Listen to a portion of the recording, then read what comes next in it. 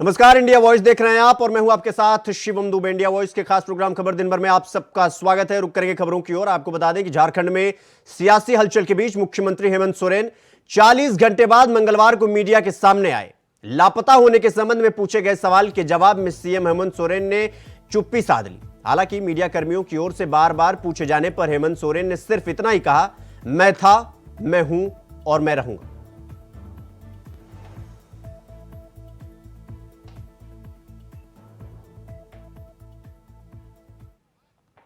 मुख्यमंत्री को पत्र देना है कि मुख्यमंत्री को फेस करना है। उनको यदि यही बातें करनी है तो प्रेस के सामने आकर कहेंगे कि नहीं, वो चिट्ठी लिखेंगे।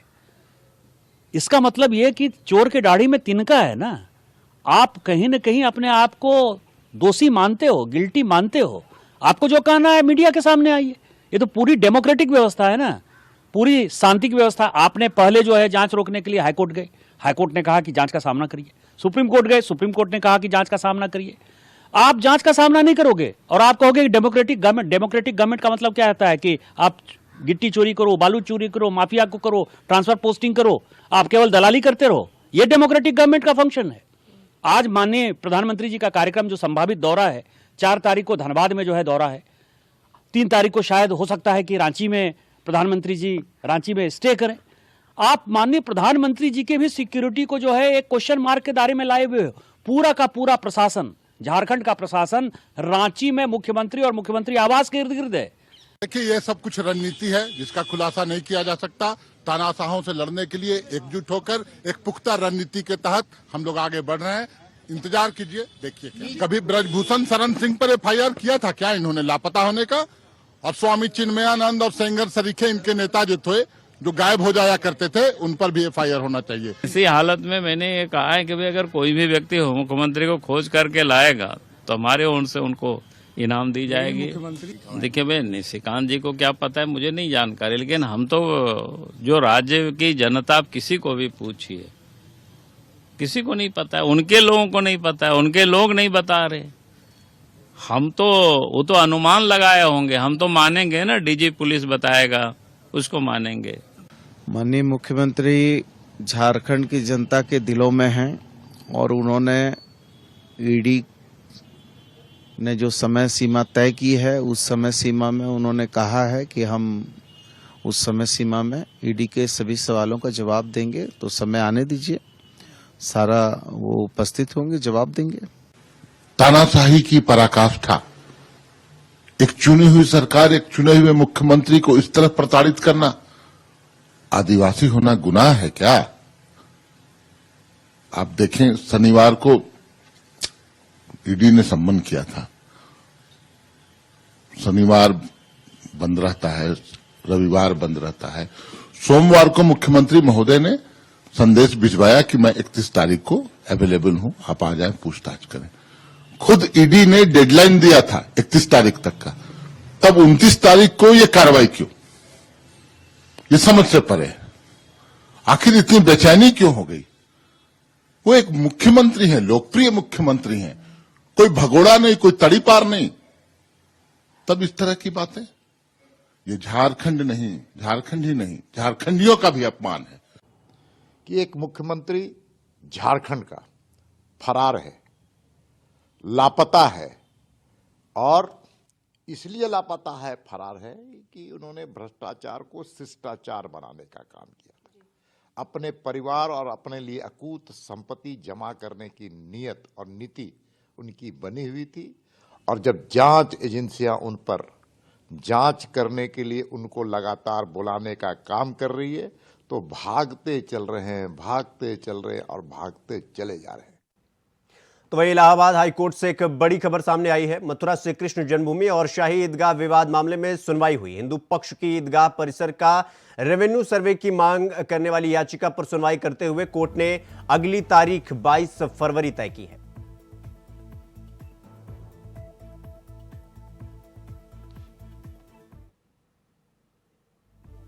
आज ट्रायल का जो आगे का हिस्सा था वो स्टार्ट हुआ। जैसा आप सबको पता है कि सर्वे के ऊपर अभी माननीय सर्वोच्च न्यायालय से स्टे लगा हुआ है। तो आज 7/11 की एप्लीकेशन को लेकर के थोड़ी डिस्कशंस हुई कि जो भी एक प्रोसीजर था, सबमिशंस थे और 22 फेब की अब नेक्स्ट डेट लगी है। और एक जो सबसे ज़्यादा अगर मैं इसे ये कहूँगी कि बहुत एक दुर्भाग्यपूर्ण ये घटना हुई कि हमारे जो हिंदू पक्ष के ही कुछ लोगों ने पहले एक हिडन तरीके से ये एप्लीकेशन लगाई ऑर्डर 1 रूल 8 की कि भगवान श्री कृष्ण लल्ला विराजमान मुस्लिम पक्ष के प्रतिनिधि बनना चाहते हैं।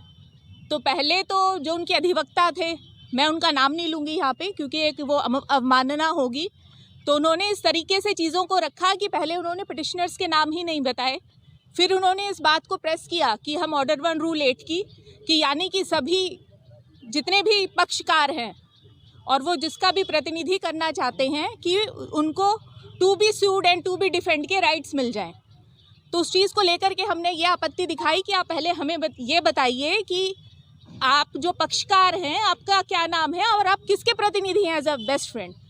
फिर बहुत ज़्यादा दबाव और कुछ बहुत ही ज़्यादा हॉट आर्ग्यूमेंट्स होने के बाद फिर हमने जब वहाँ पे प्रेशर क्रिएट किया अपने आर्ग्यूमेंट्स के द्वारा, तो हमें ये पता चला कि भगवान श्री कृष्ण लल्ला विराजमान के प्रतिनिधि बन करके कुछ अधिवक्ता या कुछ पिटिशनर्स वो कोर्ट से ये हक मांग रहे थे कि मुस्लिम पक्ष के सभी हक उनको दे दिया जाए।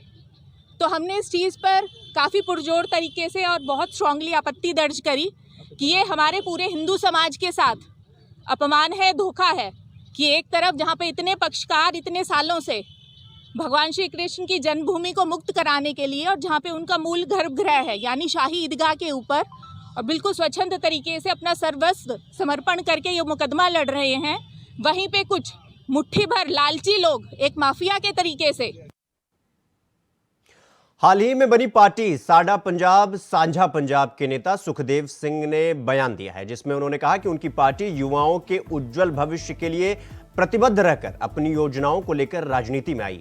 आधुनिकता के गुण में प्रदेश के युवाओं को सर्वोत्तम शिक्षा प्रदान करना, उन्हें तकनीकी रूप से दक्ष बनाना जरूरी हो गया है। साथ ही उन्होंने यह भी कहा कि अतीत में सत्ताधारी दलों ने शिक्षा के क्षेत्र की पूरी तरह से उपेक्षा की है, जिसके कारण प्रदेश का युवा शैक्षणिक मुकाबले में पिछड़ गया है। पिछले 5-6 सालों में वो पंजाब के करीब 700 से 800 गांवों में खुद पहुंचे और वहां के लोगों को, खासकर युवाओं से बात की और जो हालात या जो दशा से वो गुजर रहे थे उसे खत्म करने के लिए उन्होंने राजनीति में आकर पंजाब के इन युवाओं के लिए कुछ करने का साहस दिया।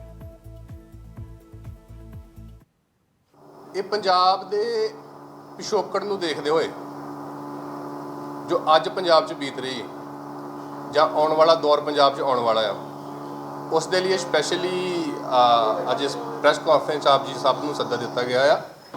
ਅੱਜ ਬੇਸਿਕਲੀ ਪੰਜਾਬ 'ਚ ਜੋ ਸਿਚੁਏਸ਼ਨ ਬਣ ਚੁੱਕੀ ਹੈ ਜਾਂ ਜੋ ਬਣਾ ਦਿੱਤੀ ਗਈ ਹੈ ਇਹ ਬੜੀ ਸੋਚਣਯੋਗ ਹੈ ਜੀ। ਅਹਿਮਦ ਸ਼ਾਹ ਅਬਦਾਲੀ ਤੋਂ ਲੈ ਕੇ ਹੁਣ ਤੱਕ ਟਿਲ ਪ੍ਰੈਜ਼ੈਂਟ ਪੰਜਾਬ ਨੂੰ ਹਮੇਸ਼ਾ ਲੁੱਟਿਆ ਤੇ ਕੁੱਟਿਆ ਗਿਆ ਜੀ। ਅੱਜ ਵੀ ਕੁੱਟਿਆ ਜਾ ਰਿਹਾ, ਅਸੀਂ ਮੋਸਟਲੀ ਦੇਖ ਹੀ ਰਹੇ ਹਾਂ। ਤੇ ਇਸ ਪੰਜਾਬ ਨੂੰ ਇਸ ਦਲਦਲ ਚੋਂ ਕੱਢਣ ਲਈ नौजवानों को आगे आना बहुत ही ज्यादा जरूरी है। खबरों में आगे बढ़ेंगे। अगली खबर कुरुक्षेत्र से है, जहां बीजेपी ने हरियाणा में सभी 10 लोकसभा चुनाव कार्यालयों का शुभारंभ किया। आपको बता दें कि मुख्यमंत्री ने वर्चुअल माध्यम से उद्घाटन किया। साथ ही लोकसभा चुनाव को लेकर सभी पार्टियां अपनी कमर कस चुकी हैं और यहां एक तरफ रैलिया का दौरा जारी है, वहीं दूसरी तरफ आज पूरे हरियाणा में भाजपा ने लोकसभा कार्यालयों का शुभारंभ कर दिया है। इन कार्यालय में जिला स्तर पर चुनाव को लेकर रणनीति तैयार की जाएगी।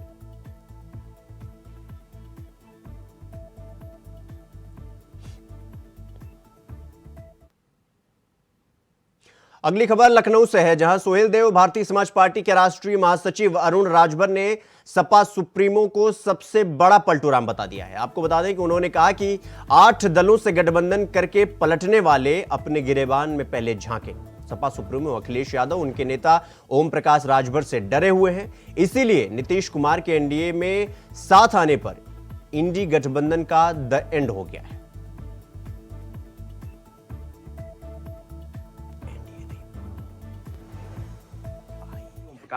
उत्तर प्रदेश की राजनीति में सबसे बड़ा पलटूराम अगर कोई है तो वो श्री अखिलेश यादव जी है और इनके कार्यकर्ता अपने पलटूराम पर ध्यान नहीं देते हैं दूसरे नेताओं पर जो जनता के बीच में काम करते हैं, दलितों, पिछड़ों, आदिवासियों, कमजोरों, वंचित वर्गों के बीच में रह करके संघर्ष करते हैं, उनको जगाते हैं, उनको जागरूक करते हैं, उनके अधिकारों की लड़ाई लड़ते हैं, उनको ये अनाप शनाप बोलते हैं।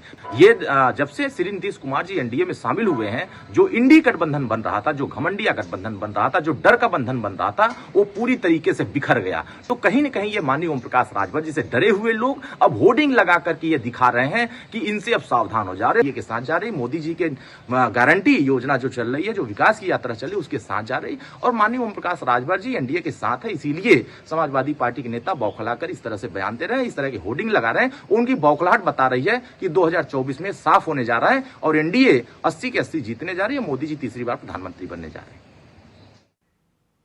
फिलहाल बुलेटिन में रुकेंगे एक छोटे से ब्रेक के लिए। खबरों का सिलसिला जारी है, फौरन लौट रहे हैं। ब्रेक के बाद एक बार फिर आप सबका स्वागत है मेरे साथ। खबरों में आगे बढ़ेंगे। आपको बता दें कि यूपी के बरेली में महिलाओं की हत्या रुकने का नाम ही नहीं ले रही है। अब तक 1 दर्जन से ज्यादा महिलाओं की हत्या हो चुकी है, लेकिन पुलिस के हाथ अभी भी खाली है।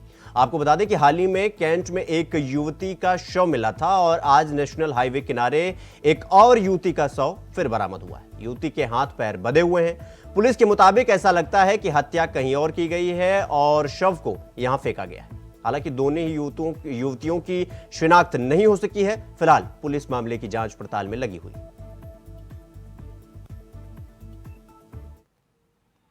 दिनांक 30 जनवरी 2024 को थाना क्षेत्र सीबीगंज के पड़धौली गांव के निकट हाईवे पर एक शव बरामद हुआ है। प्रथम दृष्टया इस महिला युवती जिसका शव बरामद हुआ है उसकी उम्र लगभग 24 से 25 वर्ष है।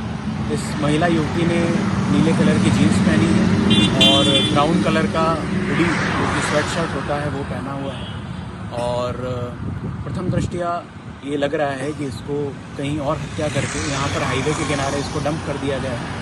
आसपास के सीसीटीवी कैमरा दिखवाए जा रहे हैं और आसपास के सभी जनपदों से सूचना एकत्रित करवाई जा रही है कि वहाँ पिछले 2-3 दिनों में कोई गुमशुदगी पंजीकृत हुई है या नहीं। शव को पोस्टमार्टम के लिए भिजवा दिया गया है। अग्रिम विधिक कार्रवाई थाना सीबीगंज में की जा रही है। अगली खबर चंदौली से है, जहां सोशल मीडिया अकाउंट एक्स पर एक फर्जी वीडियो डाला गया। उस पोस्ट में 300 ईवीएम एक दुकान में पाए जाने की बात कही गई। तो वहीं मामले में संज्ञान लेने के बाद प्रशासन हरकत में आ गया और जिला निर्वाचन अधिकारी निखिल टी फुंडे के निर्देश पर प्रकरण की जांच की गई। तो पता चला कि मामला पूरी तरीके से फर्जी है। गुर्जर नाम से संचालित अकाउंट से वीडियो शेयर किया गया था। फिलहाल प्रशासन ने उसके खिलाफ एफआईआर दर्ज कर लिया है।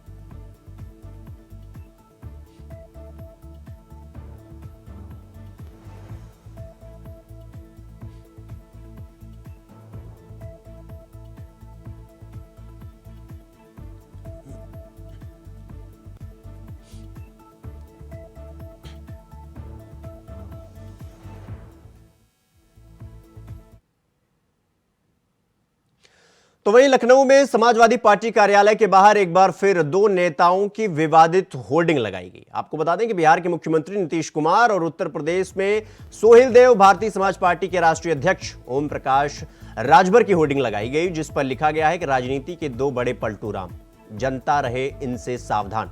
तो वहीं यह भी बताया जा रहा है कि समाजवादी पार्टी प्रयुक्त युवजन सभा के पूर्व प्रदेश सचिव आशुतोष सिंह ने इस होर्डिंग को लगवाया है।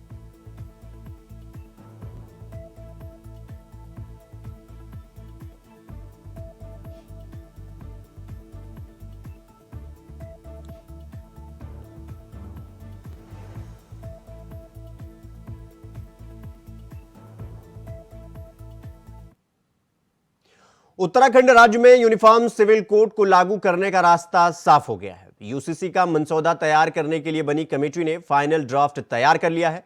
ऐसे में कमेटी 2 फरवरी को यूसीसी का फाइनल ड्राफ्ट राज्य सरकार को सौंपने जा रही है, जिसके बाद 5 फरवरी से शुरू हो रहे बजट सत्र के दौरान सदन के पटल पर यूसीसी विधेयक को रखा जाएगा। यूसीसी को लेकर स्थिति साफ होने के बाद अब उत्तराखंड की राजनीतिक सियासत गरमाने लगी है, क्योंकि प्रदेश में यूसीसी लागू होने पर अब चंद दिन बचे हुए हैं। सुनिए क्या कुछ बोले सीएम धामी।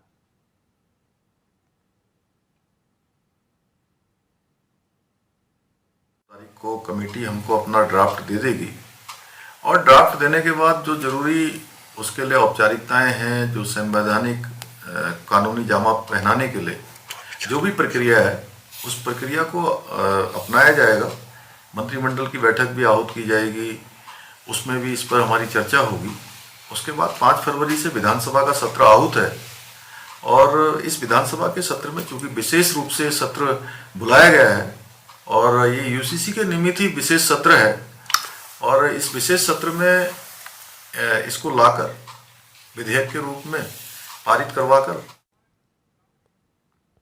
तो अगली खबर पंजाब के लुधियाना से है, जहां हजूरी रोड पर हौजरी गोदाम में भीषण आग लग गई। आपको बता दें कि 4 मंजिला इमारत में आग लग गई। वहीं आग लगने के कारण उसके कारणों का अभी भी पता नहीं चल पाया है, लेकिन लोगों के मुताबिक शॉर्ट सर्किट से आग लगने की आशंका जताई जा रही है। बढ़ती आग के कारण लोगों ने तुरंत फायर ब्रिगेड को सूचित किया और सूचना मिलते ही मौके पर पहुंची फायर ब्रिगेड ने आग पर काबू पा लिया। वहीं पुलिस ने घटनास्थल का जो इलाका है वो सील कर दिया है।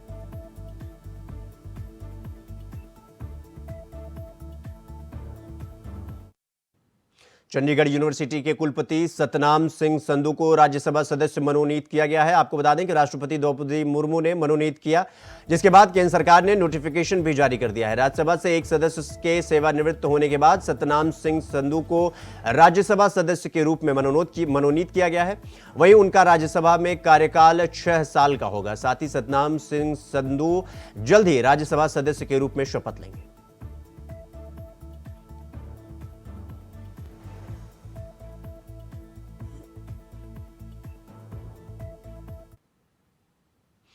खबर चंडीगढ़ से है, जहां ईडी ने धन शोधन निवारण अधिनियम के तहत एक मामले में तलब किया है। आपको बता दें कि ईडी ने पंजाब बीजेपी के वरिष्ठ नेता और प्रदेश उपाध्यक्ष अरविंद खन्ना को समन जारी किया है। 15 साल पुराने मामले में ईडी ने 30 जनवरी को पेश होने के लिए कहा है। वहीं यह मामला करोड़ों रुपए के मनी लॉन्ड्रिंग से जुड़ा हुआ बताया जा रहा है।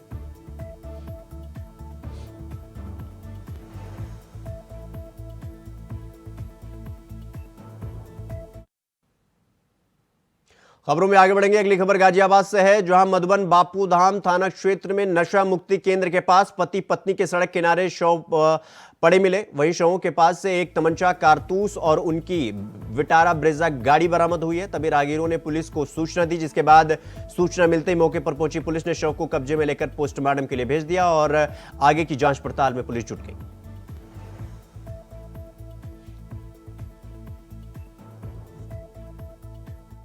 आज दिनांक 30 जनवरी सुबह 7:30 बजे थाना क्षेत्र मधुबन बापू धाम में 2 शव प्राप्त होने की सूचना प्राप्त हुई थी।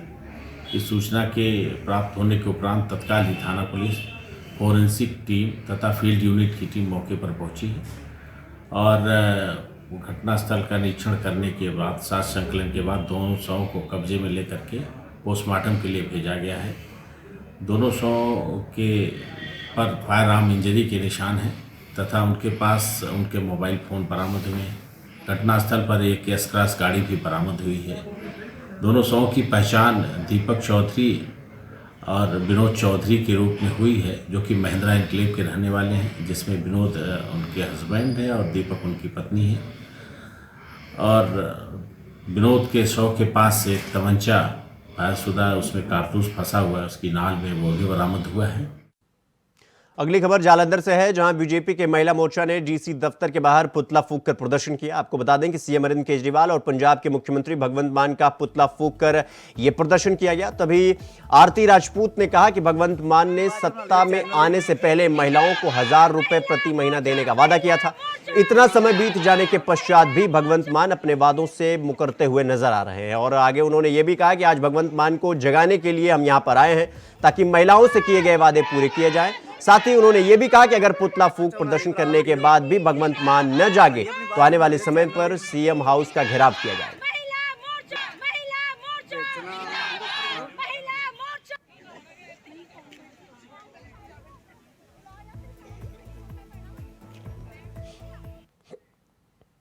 वहीं मथुरा से एक वीडियो सोशल मीडिया पर वायरल हो रहा है, जिसमें जय श्री राम बोलने पर कॉलेज में अध्यापक ने छात्र की जमकर पिटाई कर दी।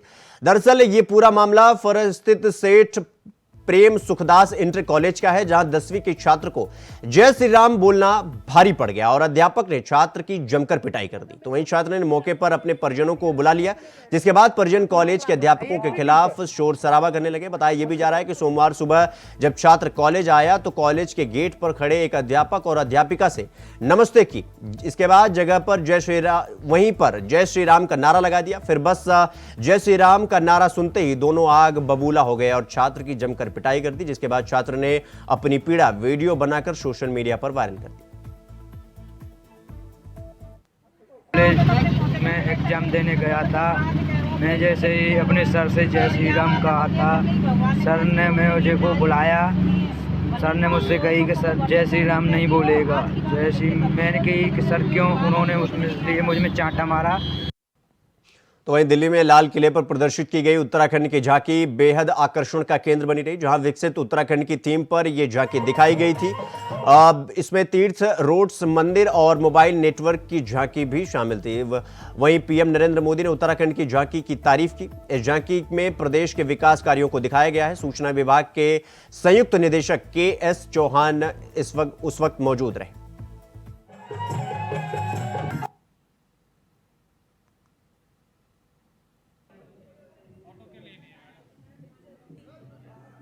फोटो नहीं ले रहे, वीडियो बना रहे।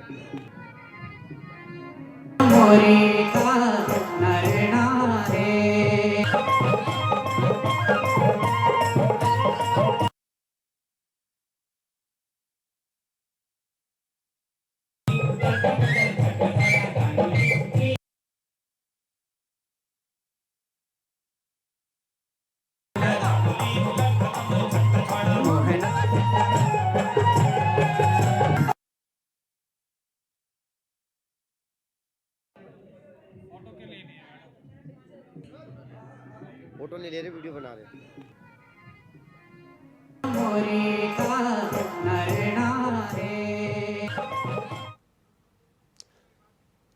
सूचना विभाग के संयुक्त निदेशक KS चौहान मौजूद रहे।